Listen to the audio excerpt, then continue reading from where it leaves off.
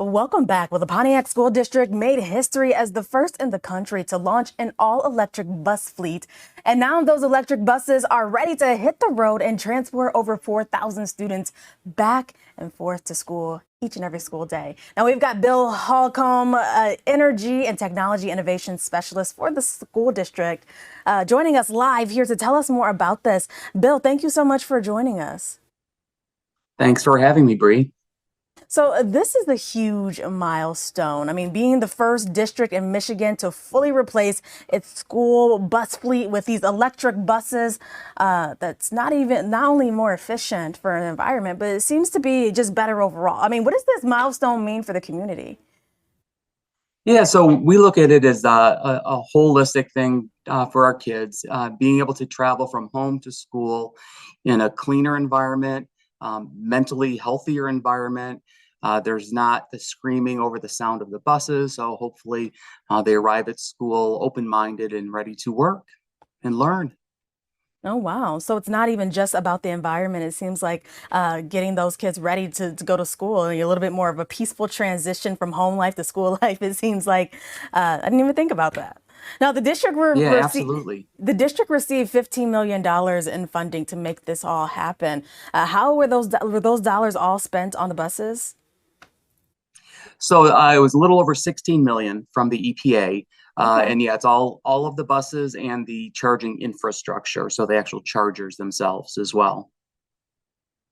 Now, many districts around the country, they have these electric buses, but they can't really use them because they're waiting on grid upgrades and whatnot. How did Pontiac avoid that problem? So we engaged with a company called L Charge, which provides off-grid charging.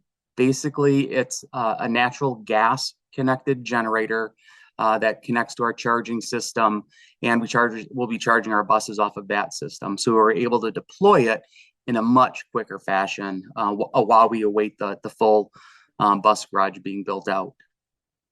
Now, why go with L charge? I mean, there's other options out there, right? Those ultra fast chargers and whatnot. Why was that solution essential for getting the buses on the road? Really, it came down to the time frame that they could deploy it within. From the time that we contacted them until we had the unit on site was about 2 weeks.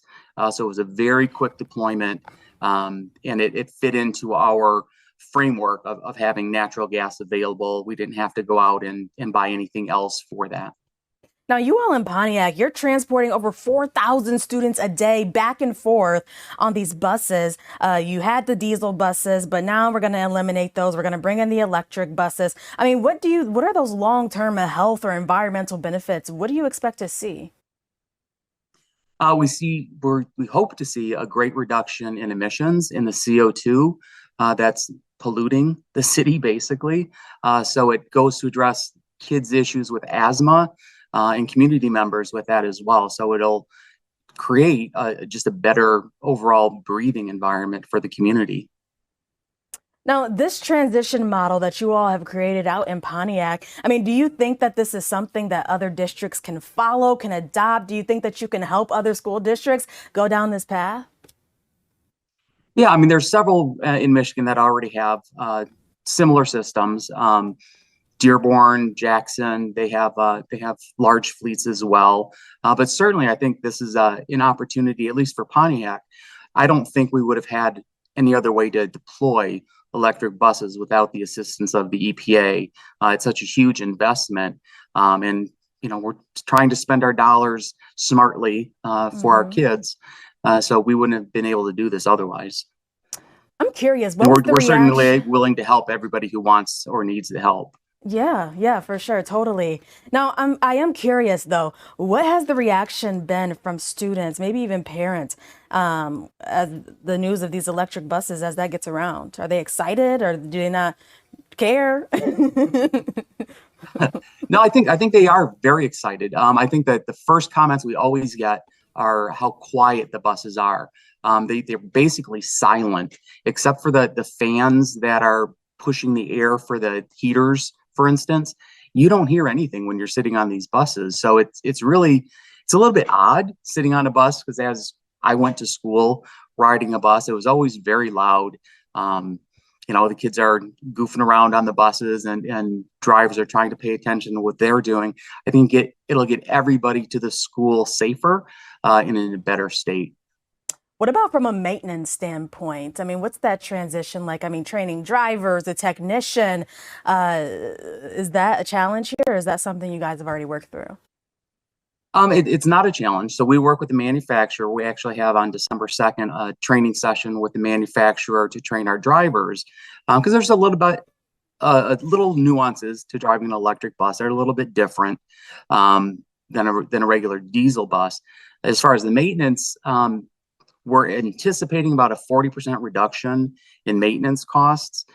There's many less moving parts on an electric bus versus a diesel, so we don't have to maintain and stock as many parts to repair the buses.